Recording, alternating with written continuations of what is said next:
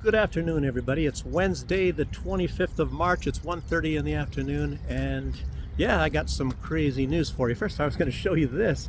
Let me flip this camera around. Look at that. We still got snow here. Incredible. Wow. Looks like someplace where the sun don't shine most of the time. And I don't know, everywhere else I go, I don't really see much of anything. You know, there's little patches and stuff here. I don't know if you guys can see that. Little white things down there. Okay, some lady hanging around here. Normally it's some old guy hanging around in a park you got to be scared of. I don't think she's even got a dog. So I got to go sit by that bench. If I sit on this one, it's not so good. Yeah, I got some really shocker news. Yeah, she's going far away. She's really going slow.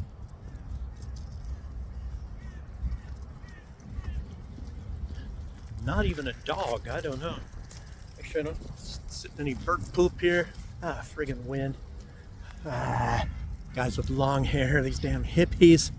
Okay, some of the shocking news. The most shocking news is that this is incredible.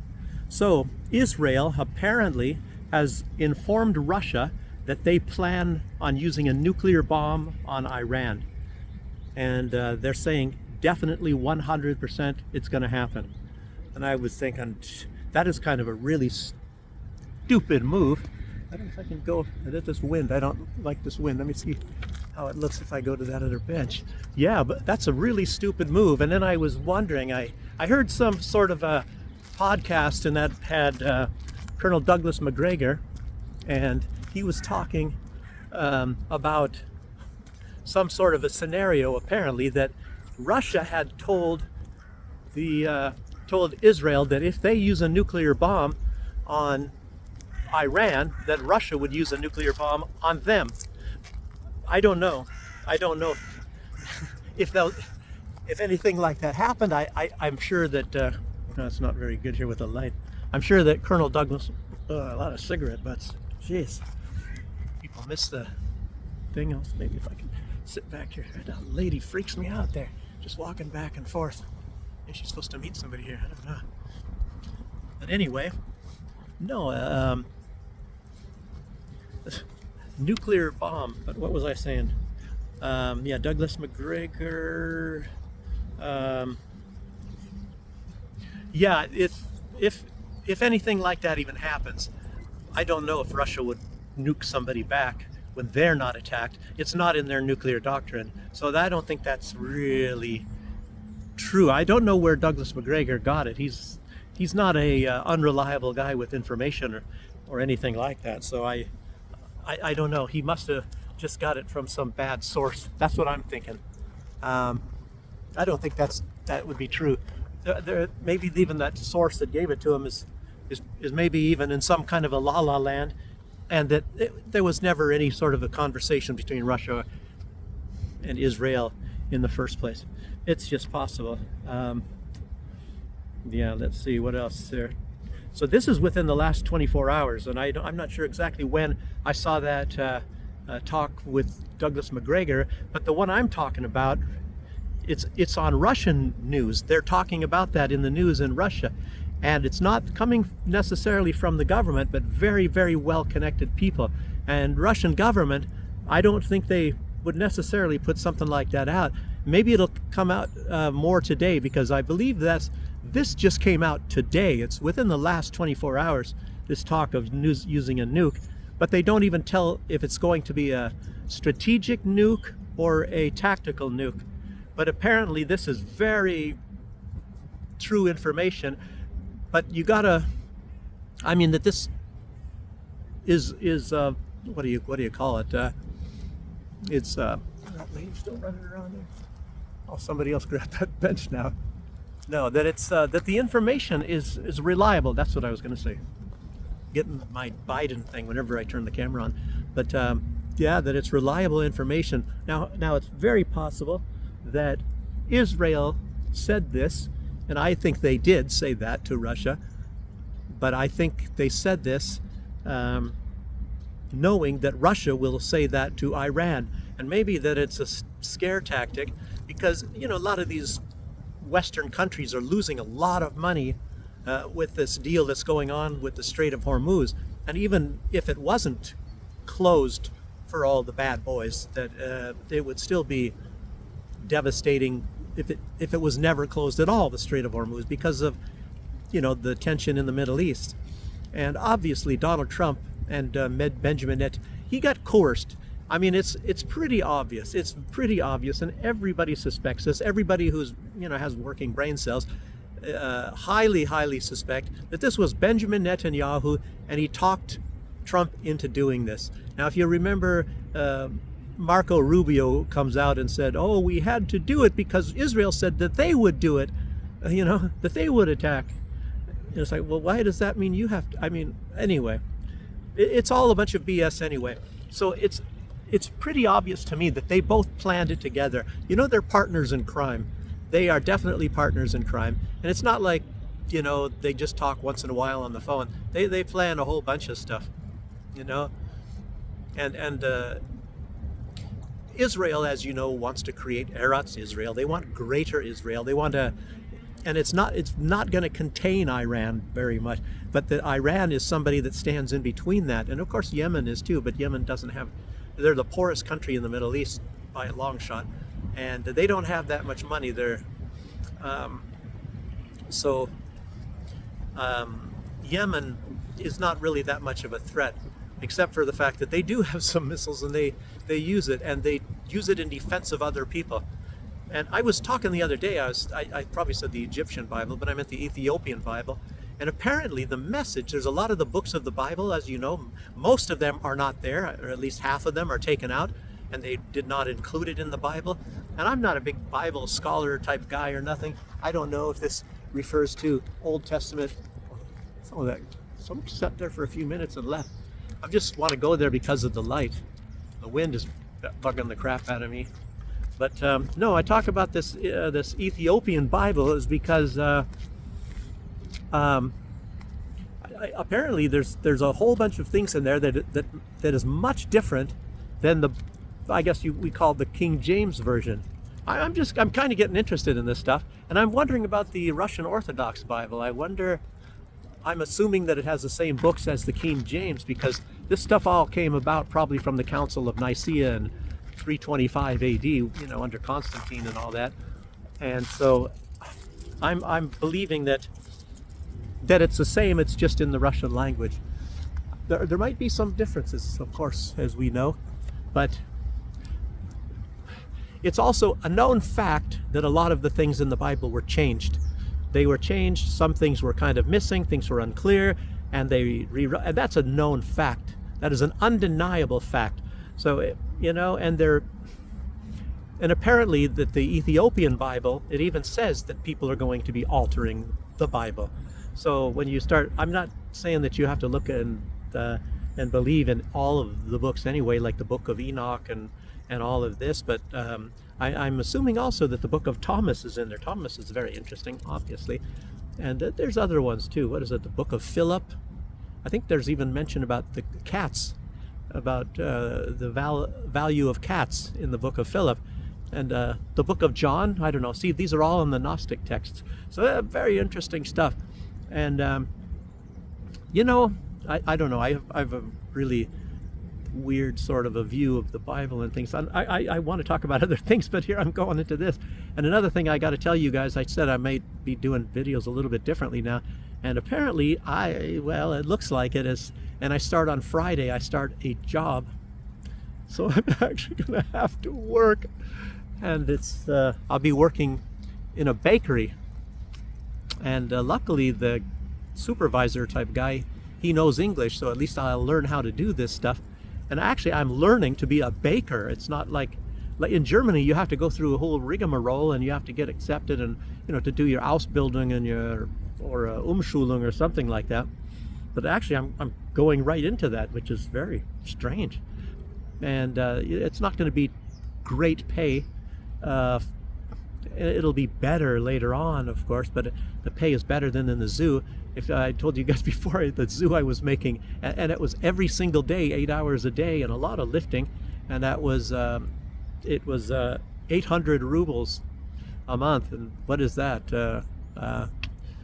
6, $270 or $80 for the entire month of work full time.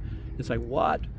And this one is not twice as much, but it's a lot more. I think I think it partly depends on the hours, and I'll be doing less hours than the zoo. No, maybe not, come to think of it, because it's a weird schedule. It's 3 days a week and 1 day off. 3 days, I mean, not 3 days a week. 3 days of work, 1 day off. 3 days of work, 1 day off. Maybe it turns out to be actually more than full time, but you don't work 8 hours. Instead, it's going to be 6.5 hours, I believe. And of course, it's early in the morning, and unfortunately, the metro doesn't open until 5:30 in the morning, and so I have to go later. Anyway, but that's enough of that. Let's go into the other stuff that you guys actually want to hear. Okay. You guys all know by now that in addition to these 5,000 combat Marines, these are just the combat, not the support people. And a lot of the support are obviously there. It doesn't talk about regular sailors, but Donald Trump is sending 5,000 rapid response United States Marines into this conflict. And now, of course, he's announced that he's going to send 82nd Airborne. It's about apparently 3,000. I almost got stationed with them, by the way, after I was leaving working for the commanding general. And but so they're going to send, I think, 3,000 combat troops of them. It didn't say anything about, I'm sure they're sending, of course, a lot of support. I don't know how they go in support and all that. It's probably going to be even more than with the Marines. And then there's going to be even more than that, apparently. But apparently, as far as combat troops, it looks like maybe, the ones that actually do the fighting, the shoot them and, stuff like that. It's going to be around 10,000. And you got to know that already there's support people there, and they'll be using some of that support in the further rear, but they'll have their own people. And it's going to be apparently in the entire region. If there's anybody left in Iraq, but they were pulling a lot out of there, as you know. And it looks to me like, and I'm just doing a rough estimate, about 50,000 U.S. soldiers in the theater there, right around. I'm not talking, to storm Iran or nothing, but we're talking about Iraq, Iran, some in Israel, probably in Jordan and Saudi Arabia and all that. It looks like about 50,000. I don't know. It might be more than that now, but I'm just kind of doing a rough estimate because some are coming and some are going. I don't think anybody can be accurate on how many. But it's like I said, just in that role. And they definitely do have some other combat troops, but they're not rapid response. So the ones I'm speaking about now are all rapid response people. More the people to get dirty faster, like, get down and get dirty faster.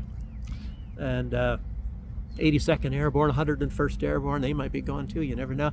And of course, these rapid response, I didn't know anything about Marines, but these are rapid response people. That's like, what did he say, 5,000 apparently of the combat soldiers of those units are going to go with their support. And, obviously equipment. So what is he going to do? What is Donald Trump going to do? And a lot of military analysts that probably have never had a pair of combat boots on, some of them. I know Brian Berletic has, but I don't know if he's been commenting about this. But to me, it looks like a fool's errand, trying to take Karg Island. And apparently there's,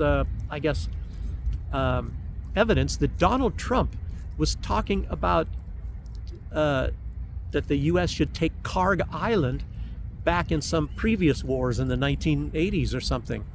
So Donald Trump knows all about Karg Island, and he knows that that's a big oil hub part of Iran. And these people think that if they take that then Iran won't be able to sell any oil, and it might be temporarily that way. And obviously Donald Trump has not destroyed a bunch of pigeons making noise. I thought somebody was sneaking up behind me. And so Donald Trump has,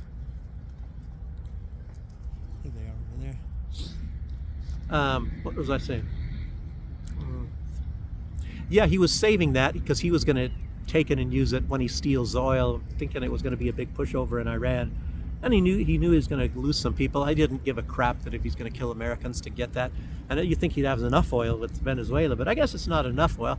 So maybe that was the deal he made with Israel. Israel gets to get rid of people that are standing in their way for stealing other lands, stealing all of Lebanon and stealing probably a bigger portion of Syria, and I'm sure they want part of Egypt. I don't know.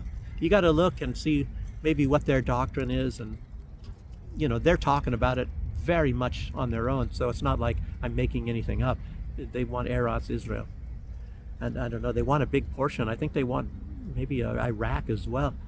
But I was mentioning before, and this is the big problem. The big problem with this Eretz Israel at the moment is with all this war and the bombing going on, and it doesn't look like it's going to be over very soon.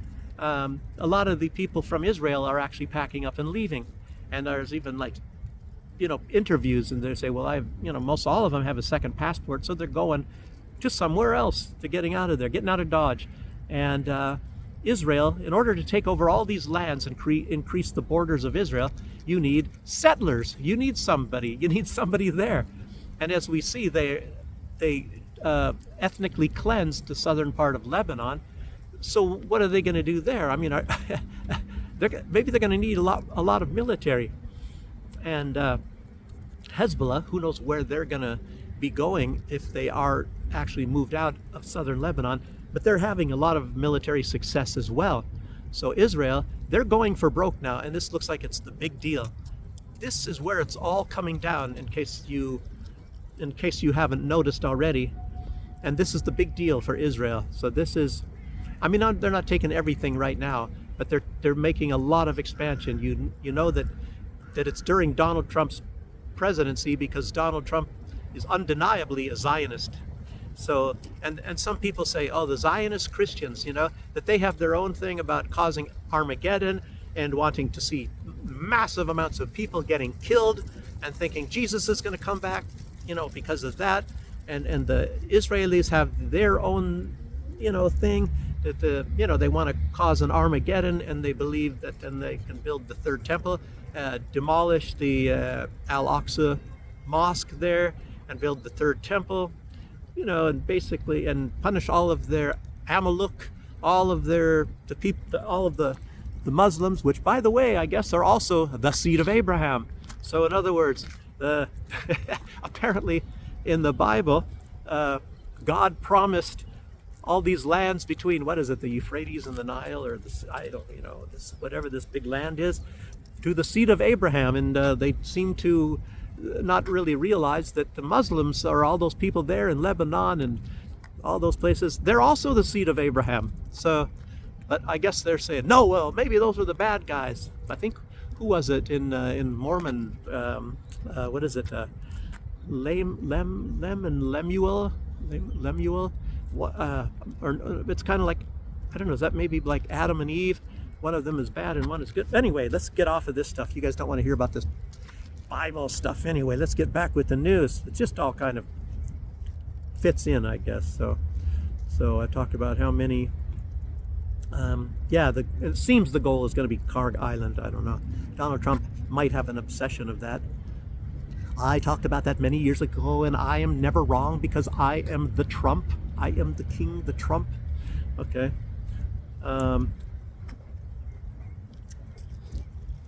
Let's see. Oh, breaking news. Iran has admitted negotiations with the U.S., but they said they're negotiating through missile strikes. And the IRGC, the Iranian National Guard Corps, they said, we are negotiating with the child-killing aggressors through impact-based operations. That's what the Iranian National Guard said. The killers, the child killers. But they're not all child killers. They abuse children. A lot of them, they love their children. They love them a little bit too much, taking their clothes off and stuff. A bunch of sick friggin' people, and those are Donald Trump's friends. That's not my words, that's Donald Trump's words. Those are his friends. So he said it himself. Okay. It makes you wonder. And like I said, there was already a few reports in the somehow that mistakenly got away from that first trove of Epstein files. That's probably why they're not releasing the other what is it, 3 million, because some of these other things snuck out where people are implicating Donald Trump, you know, inside of there. You know, I told you guys about one, you know, I saw that a couple of times, you know, where he did the, I don't know, I won't say it again. You guys have to watch some of the other videos. Okay. You also all know by now, Israel said they are annexing southern Lebanon. Well, who doesn't know that? They've been saying that since the 1960s. You know, but it's Eretz Israel, so that's, I already was talking about this anyway. Some in the Knesset say, oh, they're making a buffer zone. I think a lot of them are saying a buffer zone, but a lot of them, mostly it's, you know, they know that they're expanding Israel. It's Eretz Israel. And I guess that's the reason why they never honored those ceasefires. They said, and it's a known fact, that when they had the ceasefire, Hezbollah with the IDF, with the Israeli Defense Forces, that so they made a ceasefire, and Hezbollah never violated it, not once. And Israel is listed as violating that 1,500 times. In other words, that's 1,500 attacks into Lebanon. And yet they're saying that Hezbollah attacked us, so we were defending ourselves, and that's, oh, now we have to have a buffer zone because they attacked us. You know, but Hezbollah was being very careful. Yeah. Okay. But even for decades, I think they've had a portion of Lebanon. I think like Sheba Farms and all that, little bits, and that was their buffer zone. I don't know why Hezbollah never went in and kicked them out. Maybe they didn't want to kill people. That's a big difference between these different ideologies. Some, you know, respect human life quite a bit more, even though in the West here, in the United States, Israel, and even in Europe, they tell you the complete opposite. That we value human life, and they don't. You know, I'm sure there are some terrorists, and they've killed people like that for their own stupid reasons and things, but it doesn't mean that the general people of Islam over there actually go with that either. So, I told you I was going to be working in a bakery, right? And it's going to be at the, I didn't finish. I should tell you that it's going to be at the Orthodox monastery complex there. So that's going to be very interesting. So, yeah, anyway. Okay, let's see. Israel, yeah, they had a portion of Golan Heights. Now they got the entirety of the Golan Heights, so they're expanding while Trump is there. And that's one reason why they backed Trump. That's, you know, the deep state, at first they didn't want Trump. And Israel, it makes you, I'll tell you what, it's just, to me, it's absolutely incredible. You see the power of Israel.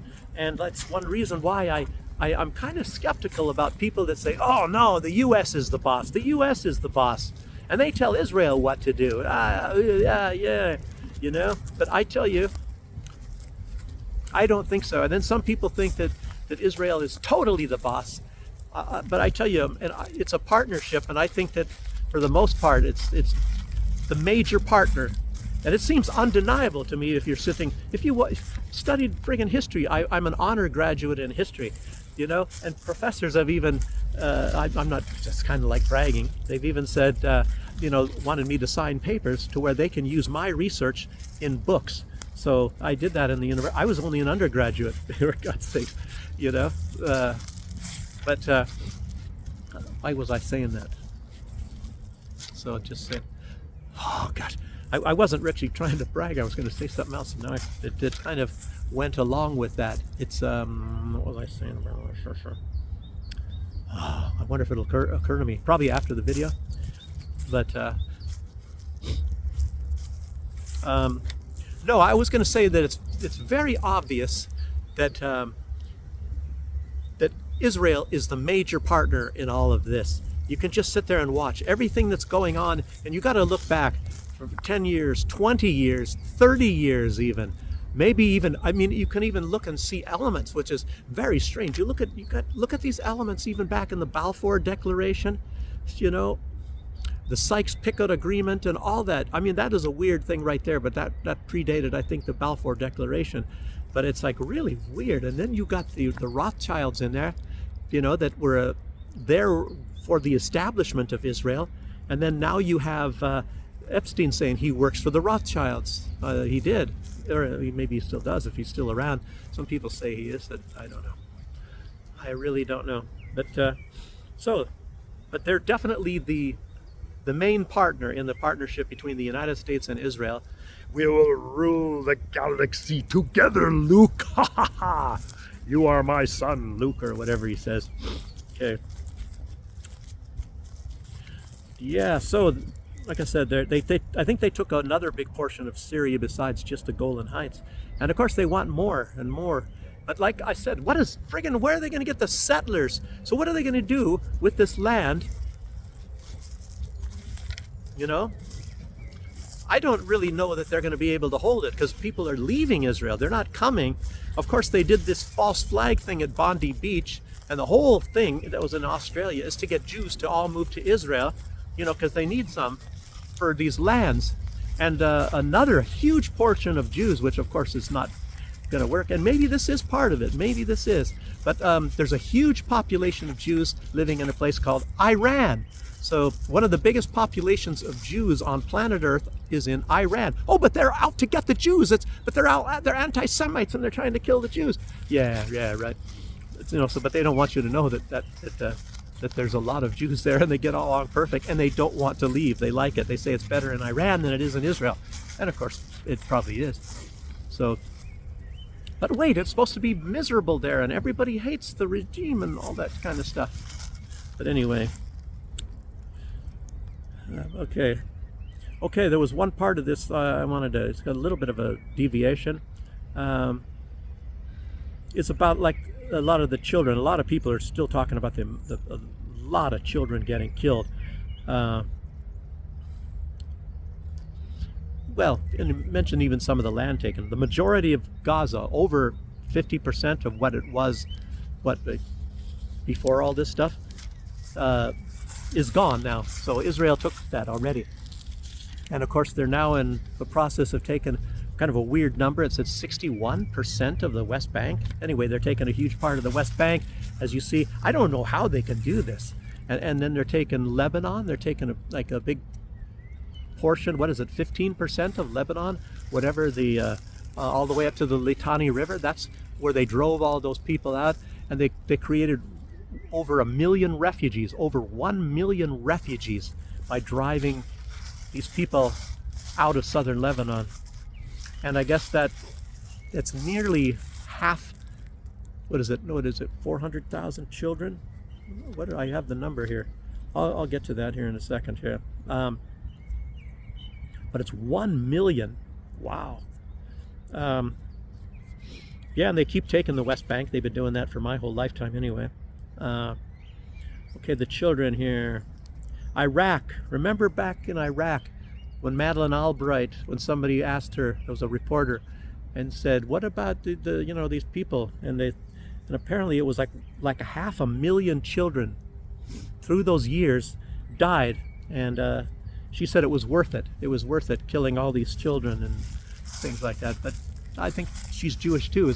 I mean, nearly all of them are Jewish. And I hate to make it sound like I don't like Jews or something, but you know, they're mostly these Zionists, because you get Max Blumenthal, you know, this stuff disgusts him, these people, you know, and he's really angry that they do this in the name of Judaism, you know, but I don't know enough about Judaism, and because, you know, you hear a lot of negative things and you kind of stay away from that, and there's not many Jews anyway. There was no Muslims when I grew up, and no Jews, but you know, things are getting different, and a lot of things on purpose. You know, I think the Soros Foundation, is it the Open Society Foundation? They're trying to get, you know, Muslims and all that to flood into Europe and to Great Britain and all of that thing, and that's being done on purpose. And George Soros, don't make the mistake to say he's Jew, because he's atheist. So don't blame him. I think a lot of Jews don't like him at all, and and you start to ask, well, what is the purpose? What is the purpose to make sure that you clash cultures and people start fighting and killing each other? It sounds like something Israel would do, but and maybe they are. Maybe they are. Maybe George Soros is working with them, because you don't hear enough criticism from the Israelis about George Soros.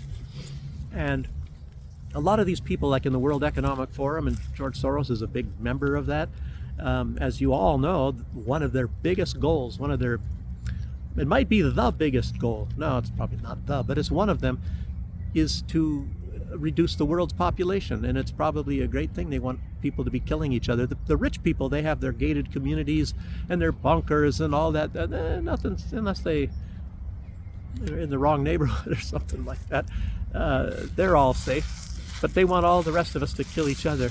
And the first thing they don't want is for all of us to get along together and work with each other, because then they have to worry, because we might look at them and say, how come we only have a little bit and you got 2,000 times more than all the rest of us? And as crises come, you get richer and we get poorer. You don't want anybody to ask that sort of a question. Okay. Yeah, Madeleine Albright was one. But, wait. Okay, these few weeks, that's what it was about. The few weeks that this has been going on, and since Israel and the United States launched their attack. Oh, but we had to. Iran was going to attack us. Yeah, right.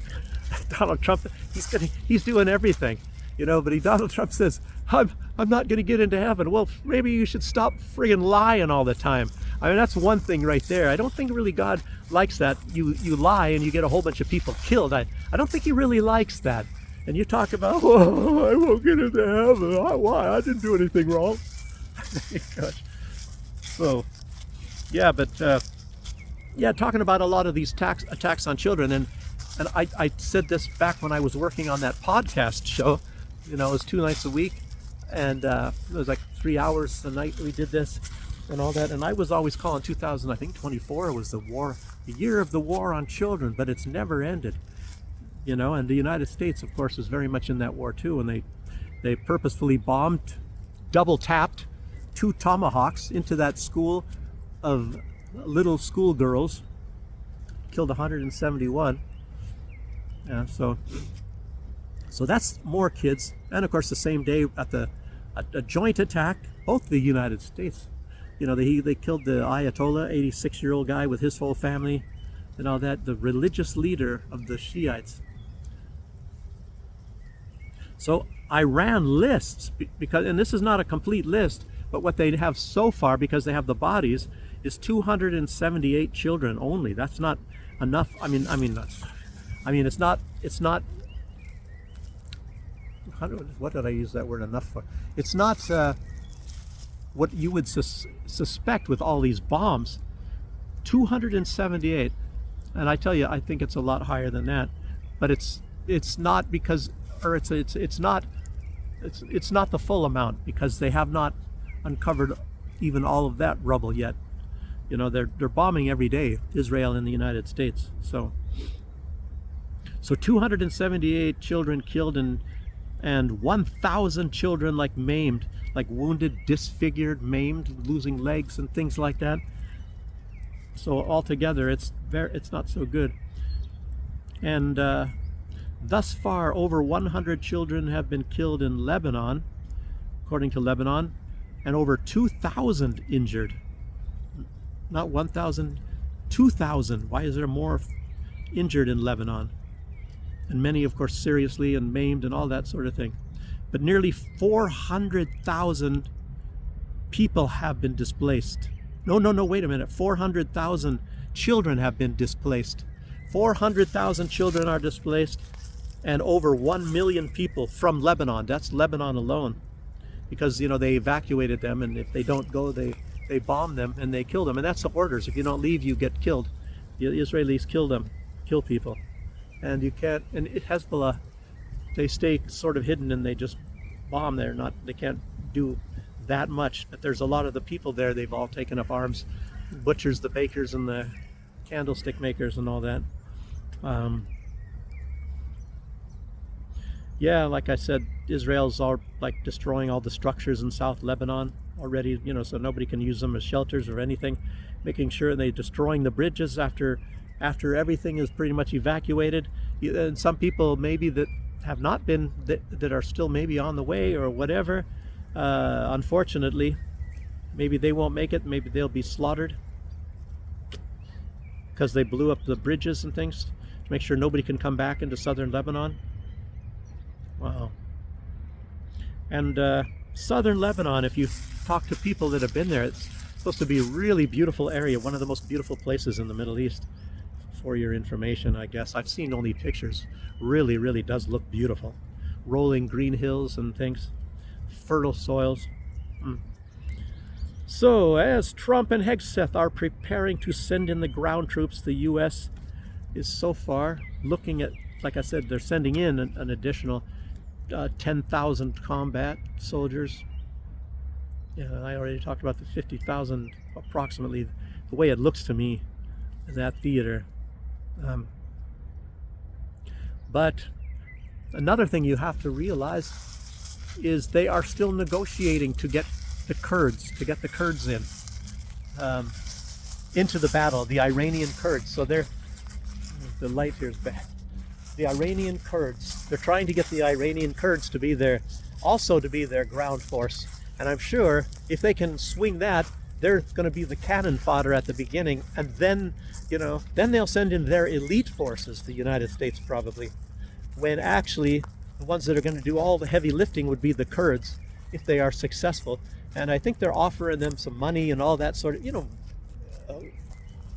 something like that. We'll see what's going to happen. So,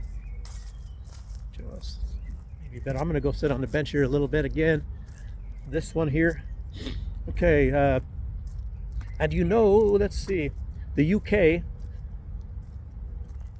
has now allowed full access to the United States to use all of their air bases, which includes, of course, it's a joint air base in Diego Garcia, but they're also using Cyprus. And what is that, Fairford in southern England? And that's where maybe a lot of the Strato tankers are leaving from. So they're putting huge, more and more assets into this, the United States, more and more and more. And I don't know if you call that mission creep yet, or is that mission creep is when those ground troops are going to actually start being used. Definitely going to be mission creep, because all you have to do is look at what the first objective was to do. They thought it's going to be a roll, and that Trump could walk out of it, but he's way ahead of schedule. So this is possibly going to be going for a long, long time, for many months. And I think a lot of people were saying till September, but it might even go for years. You never know. There are people that are analysts and saying that a lot of the facilities for making these weapons is underground. That they're still able to be making these weapons. I don't know. We see. Okay. So, what else? Israel's bombing, various countries, as you know, sometimes on again, off again.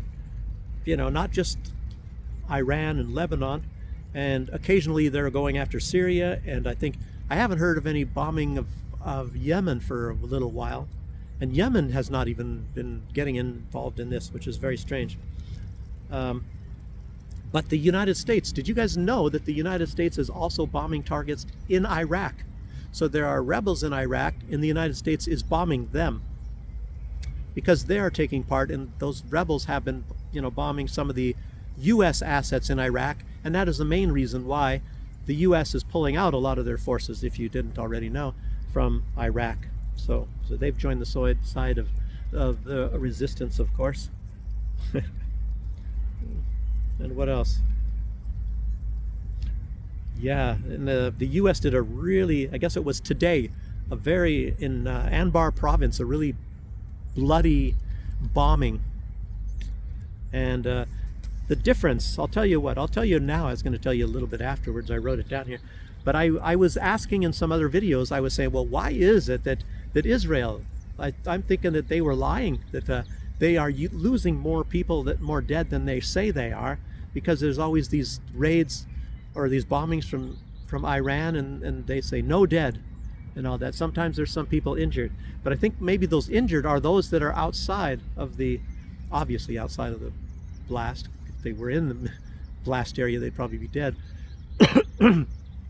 But the reason is that Iran is telling them ahead of time that they are bombing an area in order to get so people leave, including Israeli troops.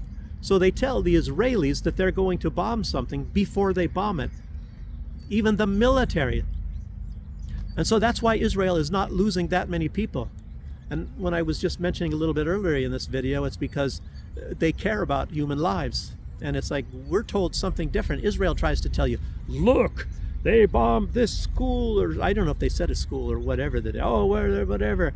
But nobody really got killed. And it's like, well, if they're so bad, was it just stroke of luck? And it's the same thing with the Houthi. Isn't it weird? I think, with all of these bombings, the United States, remember, bombing and bombing and bombing for a long time.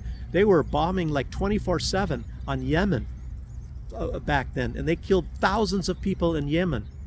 And when you hear about the attacks from Yemen, I think the total bombing whatever ships that were taking stuff to Israel, that they were trying to dissuade from going there, and some of the drones or whatever they were launching onto Israel. I think the total dead from attacks by the Houthi is 10. I think it's like 10 people, and the U.S. and Israel are thousands. So it lets you know about morals of certain types of people. So okay, I don't know how many died from the U.S. attack there this time. And there's also big rumors, I should mention that to you guys, and I mentioned that already videos ago, a long time ago, because there was rumors back then that MBS, Mohammed bin Salman, the leader of Saudi Arabia, is encouraging Donald Trump to be bombing Iran, so that he's on their side. And some people are fearing that Saudi Arabia will get involved as well. And they have I think they have F-35s. But as a lot of people are saying, like Scott Ritter and so many people, even a lot of people in Iran, talking about a lot of these Emirates and the Saudis and all, that they're quite corrupt. They make some of these guys in the Epstein files look like Boy Scouts. I don't know. That's really true. But there's some pretty corrupt. And I told you guys about it. There's like gold digger women here in Belarus. And they live high on the hog and go to the very expensive bars and go out and have a drink, and they spend a few days. Their sheiks or whatever from the UAE or Dubai pays them to fly down to, because you can fly from Minsk down to there. You can't fly from Minsk into Western Europe, but you can fly to Dubai and Emirates and all those other kind of places. So they go down there and bunka for maybe a weekend and get paid a lot of money, and they come back here. They live high on the hog. They got themselves an apartment and all that. And I don't know. They have, maybe the reason why they go out to these clubs is maybe to meet another one or two or three. Maybe they have, it's kind of like, I don't know. And I'm not saying a lot of Belarusian women are doing that. There might be 300 or something in Minsk or whatever that do this. I have no idea. And there's some maybe rich Russians as well. And they come here to gamble, and maybe, I don't know. I don't know. I don't look into this stuff. It's not anything that I have a burning desire to learn. I just know from hearing a lot of stuff already. And hearing it from different sources, so that it's probably true, because apparently it comes about. There's a lot of things, even in Belarus you hear about it. Like there are people here that are paid by foreigners to, like, gather up opposition people in case to overthrow the government, and they have nice apartments. They don't work, but they got nice apartments, and they have enough money and everything. It's not like they live high on the hog, but everything is paid for, everything is good to go. Nobody knows where they get the money, but they're good to go from that. And I've had a chance maybe to meet some guy like that, but I didn't want to, because anyway, I've talked to other people that do. My nose is running a little bit. Okay, let me keep going. Oh, I was going to say, by the way, we're talking about Donald Trump. His approval ratings on the economy, I guess it's now lower than it was for Joe Biden. At any time in Joe Biden's presidency, Donald Trump's approval rating on the economy is lower now. Incredible, if you can ever believe that. And I was mentioning something this, and I was thinking about this a long time ago, you know, with this stuff with Maduro and down in Venezuela and all that. And I was thinking, and it could have something to do with Iran. I was thinking, you know, if I was, and that's not really even terrorism necessarily, but if I was going out to get, because the United States does this stuff and Israel does this stuff, oh, then it's not terrorism, but it is when somebody else does it. But if you, I'm not talking about killing anybody, but these oil refineries all around the South, I think Louisiana and Texas and all that, that refine this special type of oil that I think it's with sulfur or something, whatever it comes out of Venezuela. You need special refineries. It's a little bit more complicated apparently. And so they have them on the, you know, southern coast off on the Gulf there, Gulf of Mexico, Louisiana, and I don't know about Florida, but Texas maybe.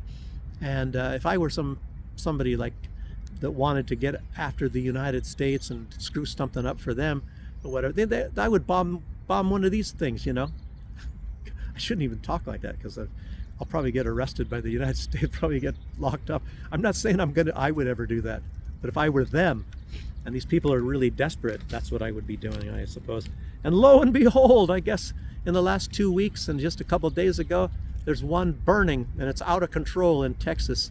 One of these refineries on the coast there, I guess at Port Arthur, I believe that is that one. And I guess there's two of them. It's really strange, isn't it? I wonder why. It's just a coincidence, I guess, right? Oh, there's two. And what else? Let's keep going. I'm getting close to an hour. So, oh, speaking of South America and all that, do you remember I was mentioning, and I think other people mentioned this too, I saw these in their shows, about this the United States apparently attacking some narco drug dealers or something like that in Ecuador? Well, it comes out it's a dairy farm, so it makes you wonder.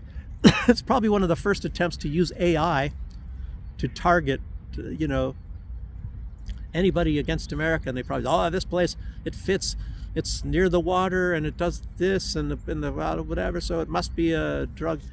I don't know, but anyway, so they bombed a bunch of, instead of hitting terrorists, they killed a bunch of cows, I guess.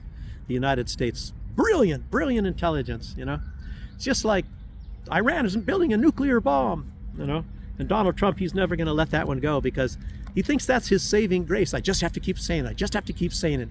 Every interview, I got to say they're making a nuclear bomb. I got to say they're nuclear bomb, nuclear bomb, nuclear bomb, nuclear bomb, you know. And then pretty soon everybody will believe it. If you repeat it enough times, everybody's going to believe you. So, and you know, but they use the news normally to do that. Every single station, and they even use the same lines. You know, it's like short-term pain for long-term gain. I don't know, did they stop that one already? But that was, I guess, something that was spread out all over on all the news stations in America for a while. So Israeli soldiers, they tortured, you know, one reason why they don't like, you know, these moralistic people don't like, you know, like the most moral army in the world. I guess they tortured an 18-month-old baby. 18-month-old baby, you know, burning him with lit cigarettes, you know, and things like that. And they did it, like, they showed twice on his legs, you know, and it was, you know, pus coming out. They're scabbed over now. But anyway, there's some film footage of that, the boy, and he's crying and all that. Not that they filmed them doing that, but they're trying to get the father to do something. So that's what they do. They take kids and they torture the children. You know, it sounds like something the U.S. or Israel would do. Isn't that such a crap? When you thought that we were always the good guys, it turns out we're the bad guys. We're the ones with no morals, and the ones they always told us that we're the bad guys are actually the good guys. You know, just forget about what you're seeing in Hollywood movies and crap like that. I don't know. Maybe some is true. I have no idea. Yeah. Okay. Um, the speaker, speaker of the Iranian parliament, the guy that Donald Trump claims that he's making, that he's in talks with through Witkoff and Kushner. You know, he put out in a tweet, the same guy, the guy that Donald Trump said he's in talks with. He said Iran is fighting for humanity, and this is about that boy getting burned with the cigarettes, by the way. Iran is fighting for humanity. The world is either with Gaza and against the colonial terror regime, or does it stand with the Epstein class and the child torturers? You know, there is no middle ground, is what he said. You know, and yeah, he's also put out, and he said out many times, you know, like Donald Trump said, that's the guy he's speaking to. The guy said there's no talks. He's never. So this is all just friggin' fantasy. Makes you really wonder. That's why Jeffrey Sachs said that he thinks that Donald Trump is off his rocker. He just completely lost it mentally. Like he's making up these fictitious talks that never happened. I don't know. Okay. Also, there seems to be, and I don't even know if I quite understand this quite what the United States side is all about. But there's like a trade war going on in Africa, and you know the United States, like China was getting a lot of the oil from Libya back then, and that's when the United States and Great Britain invaded Libya, you know, to make sure that China doesn't get that, because it was very high quality oil, very easy access, and lots of it. So the United States, you know, invaded Iraq and just screwed that one. But now, you know, there's a kind of a race for Africa, and China tries to do it by making deals, trade, and things like that, and the United States goes in with weapons and things and starts killing people to get their favor, and making promises that they don't keep. Ask Iran about the United States promises, and many other countries. So it's like a trade war, they said, in Africa, and but it's like, well, I don't know. You compare like Trump, you know, forcing Venezuela to import U.S. products, and apparently there's some of that going on in Africa too. Somehow they're using something coercive to get Africans to get U.S. products to buy, force them to buy them, of course, and meanwhile, Xi from China has dropped all tariffs. There's 0 tariffs for 53 African countries. So in other words, there's no tariffs and all that. Chinese products obviously are cheaper than U.S. products, but I don't know how the U.S. maybe at the point of a gun they're getting trade in Africa. Who knows? So, in spite of none of these talks between Iran and the United States, Witkoff and Kushner are going to what's it called there? To Pakistan. They're on their way to Pakistan in hopes, apparently. I think it's with hopes. They used a different word, but they think Iran is going to rush over there. And you heard Donald Trump. You just hear him. Oh, they're begging for a deal. Iran is begging. They're desperate for a deal. Oh, they're desperate. And Iran keeps saying, no, we're not. We don't even want a deal. They keep saying that all the time. But it's but trust Donald Trump. Who was it? This John Brennan. He was the former leader of the CIA. He came out the other day, and just yesterday or the day before, and he said he would believe the Iranians before he would believe Donald Trump. So he's saying Iran is not lying. Donald Trump is lying, and he was the leader of the CIA. But you know, you get some people like Mike Pompeo. He was in charge of the CIA too. It was a John Radcliffe now, but Mike Pompeo. You know, we lie, we cheat, we steal. You know, he didn't say kill, but they do a lot of that as well. As I always say, I have to always add that whenever I talk about his little thing like that. Ha ha ha! We lie, we cheat, we steal. Okay. So something else. What else did Iran say? Oh, they said they don't want to talk with Jared Kushner and Witkoff. And who would? These guys are freaking. You see all this stuff. Even Witkoff. I was thinking Witkoff was kind of a decent guy, and he might be when he's talking with the Russians. But these guys are a bunch of friggin' lies. And he goes into negotiations with the thought that Iran is building a nuclear bomb, you know, and all this. So he's got these biases before he's even talking. And if I was Iran too, I would say, oh, we don't want to talk to him. It's just like Russia said, you know, this Kellogg, remember this Kellogg guy? And he wants to increase the war too. He wants to do massive bombing of Iran as well. And he was the envoy to Ukraine from the United States. And he was supposed to be doing some kind of negotiation. Some old guy, you know, and I guess he's even involved with the Kellogg cereals, you know, Fruit Loops probably. I would think he's Fruit Loops.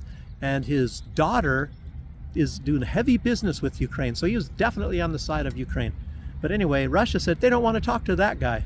And now Iran is saying they don't want to talk to Kushner or to Witkoff. They're Zionist, pro-Israeli Jews. Why in the heck, you know, whose side do you think they're going to be on? I mean, why would you want to talk with them?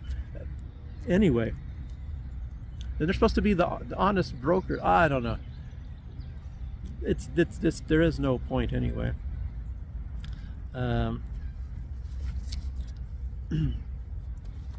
Yeah, they're dealing in bad faith. They if you heard what Witkoff was saying, you know, when the negotiations broke down, you knew right there that, and they're lying. They're lying to Iran, trying to trick Iran, and it just never stops. It just never stops. I don't think it's possible. It isn't even possible for Donald Trump or most of the U.S. government to ever have any respect for the Iranians. And that's one reason why Iran is saying, friggin', we don't want to talk to you. What's the point in talking to you guys? You know, you do nothing but pull tricks on us, stab us in the back and pull games every time. The French did that to the Iranians. It is, what is it? You know, maybe it's because these people are so, they're honest and they're forthright when they talk to you, so they get tricked all the time. People say that about me too, that, you know, but I don't know, most of the time I try to think, this person trying to trick me. You know, judge not, lest ye be judged, but you have to judge. Everybody, you know, I don't even care who you think you are, you know. I'll bet even Jesus was like that too. You got to see, is this person trying to trick me? You know, anyway. So, yeah, but if it's like in Pakistan, if I were them, you know what I would do? I would say, oh yeah, we'll be right there, and just be a no-show. I wouldn't even show up. Let them go have their vacation. Kushner and Witkoff have their vacation, you know, because they're not going to deal in good faith either. And I think some rumor goes around that Iran said they would talk to what's his name, J.D. Vance, because they think J.D. Vance is just a lot more, you know, honest, and he probably is. If I were them, I would say, well, we'll talk to Tulsi Gabbard as well. But let's keep going. So this guy's name, the leader of the parliamentary speaker of Iran, his name is Ghalibaf. And he says that any news of Iran talking to the United States is fake news. And he said the only time they put out something is just to manipulate the markets. Oh, we're going to talk to Iran. And everybody's supposed to think, oh, the oil prices are going to go down. And it works. It looks like it works. That's probably why Donald Trump is doing that. But then why is he sending all of this, the best? He's got special forces too going there. Let me tell you that. I've even heard that. So if nobody's even talking about it, it is. They're sending special forces there too. So I don't know. Special forces, what does that mean to them? Does that mean Green Beret or somebody else? I don't really know. They're different. I doubt it. I don't know. Delta Force, is Delta Force going? I have no idea. You know, I think to me it sounded like Green Beret kind of stuff, but they're special forces too. But it's not Delta Force. Delta Force is the super elite, you know. When I was testing for and all that. Okay, statistic. I got a statistic. Wait, was there anything else for? Oh, Donald Trump. That's the funniest one. That's one of the funniest jokes you've ever heard. He said that the Strait of Hormuz is going to be open very soon, and it's going to be regulated by the United States and whoever is going to be the Ayatollah, he said.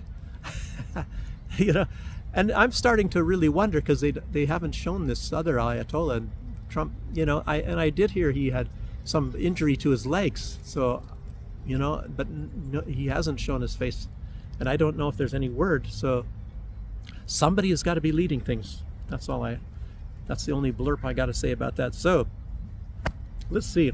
Statistic: after Kiev has been ranked, this is just nothing to do with the war, they're ranked number 1, as I put out, and I got it was from Diana Panchenko. She's an award-winning journalist. I think she was a Pulitzer Prize winner, because she put out first that the number 1 people to buy Rolls-Royce on planet Earth, the biggest place, the biggest market for the most luxury Rolls-Royces in the world is Kiev, or Ukraine altogether. And now they are number 3 with the ultra expensive luxury Bentleys. Number 3 in the world for car sales from the luxury Bentleys. You know? But that's American taxpayers' money.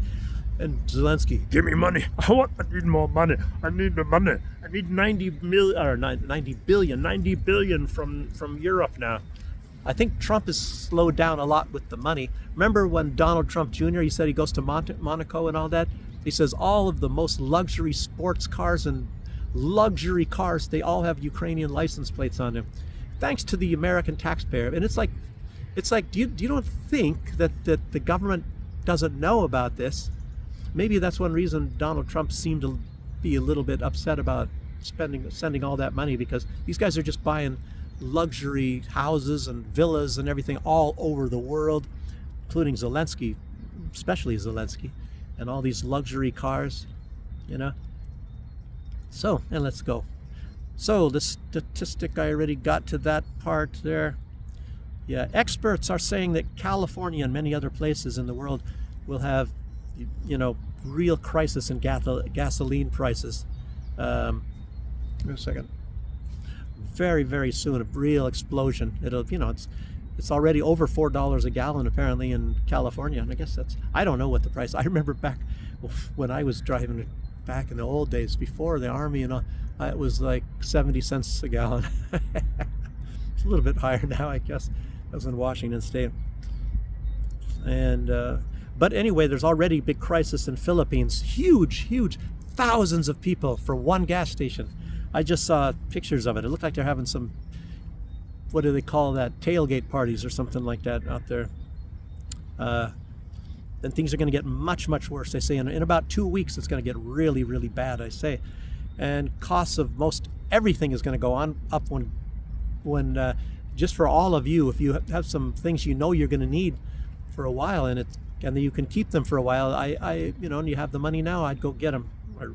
I would. That maybe includes me and Belarus as well. You know, it's not maybe quite as bad as what's going to be like in the States, in certain places like maybe the UK, Europe, Western Europe. They're gonna be crying, and a lot of the people over there saying, we have to make a deal with Russia, we have to start dealing. Ursula von der Leyen, no, I am rich, I'm not going to be suffering, so let's not do it. We are not going to deal with Russia. Okay. And fertilizer is going to go up. You know, we called it the NPK, mostly, you know, the nitrogen, I get the 2-phosphate, and, you know, what's the second? Nitrogen, phosphate, potassium, NPK. And that's probably going to be going up. And I think a lot of that is made, just like petroleum made, stuff like that. So, and, you know, micronutrients, you need very little of that. It's normally made, you know, like your calcium. So when you get calcium with boron, those two together, you know, help for your fruit production. That's when you when you get something better fruits, you know, they'll have a lot of time like calcium with the boron in there, because you need both of them. So, you know, it's sort of like mixing turmeric with black pepper. You know, if you just take turmeric, which is very beneficial, it doesn't do you much good unless you take black pepper with turmeric, and it's like calcium and boron, and you need very little boron. Now that is something the United States has a real big monopoly on. Death Valley has more boron than all of the Earth combined. So, but there's boron in a lot of places. You need tiny, tiny little bit. Like for example, when you have a great big huge bucket, one of the biggest buckets of paint buckets or something like that, and you know, like with calcium and all, you need like a half of a teaspoon of that in that whole bucket of boron maybe to make the kind of difference. So anyway, it's very interesting how plants work, but you guys aren't interested in that. So let's keep going. Stop getting me off on tangents. I was going to put out another blurb of a thing. If you guys know Professor Syed or Mohammed Syed Marandi, Professor Mohammed Syed Marandi, was it the U.S.? I think the U.S. has a bounty on his head of $1 million, but he has to be alive. And apparently what the whole thing is, they want him kidnapped, and they want him, and there's a group, and it's on X right now, and it's probably done through intelligence agencies, as usual, probably, you know. And I can almost, my crystal ball says Mossad and the CIA. And of course, I had a lot more respect before for what's his name, Elon Musk, but apparently he is just one of these real nasty multi-billionaires too. So he allows it, and he's very much in favor of it as well. So he allows this to happen, and even though they remove, and I think he's removed, Miranda is removed from X, but other people have told him about that. You know this, and it's apparently paid for. Apparently, somehow Elon Musk is already is paying for this or doing this thing. For trying to, they want Miranda captured, and they want to torture and kill him, and that's already been put out by numerous people, that's the whole idea of it all. George Galloway said that as well. So anyway, Miranda, he's a friggin' professor. He's a professor of literature, English literature for the most part. I'd love to talk with him, but I think even the Khomeini that they killed, he was also into literature. You got to see, these are amazing people. And this the guy they killed, Larijani, who was a security guy, he was very much, he was into, I think, mostly philosophy, and this is even Western and German philosophy, English, and all this. So these are very scholarly people, and most all of them know at least 2 languages. So like Khomeini, I think the one they killed, the 86-year-old guy, I think he was fluent in 4 languages, and one of them was English. So, and he, anyway, I don't want to just keep going about this stuff. Talked about the gasoline process as well, didn't I? Okay, is this the end? Am I getting towards the end? I'm almost done. Oh, it's always an hour. It's always an hour. It's a coincidence, actually. So Trump says we are roaming free over Iran, and we can do whatever we want. That's, and you know, and somebody said something about these F-15s, and that's not a friendly fire. I don't know, maybe it was. I think it was 3, and then Strato tankers, some of them were put down too. Yeah. Okay, I think that's maybe everything. I think I put everything. Fertilizer prices going up as well. Okay, that was it. I think he's a spy. So, anyway, like I said, it's always an hour time, everybody. Hope you enjoyed it. I hope I could add some things you guys didn't know in here. I try to be accurate as much as I can and not put out any kind of crap. I don't try to overdo things either. Iran is winning! Hands down, they're winning! You know, some people are saying that sort of thing. They are winning in one way or a couple of ways, as you guys all know. You see, is if it's pure destruction, obviously the United States is going to win for that. But and what are their objectives? Have they met their objectives? I don't know. I don't think the United States, I think I agree with everybody, said the United States didn't have any real clear objectives going in, except for helping Israel to kill Israel's enemies.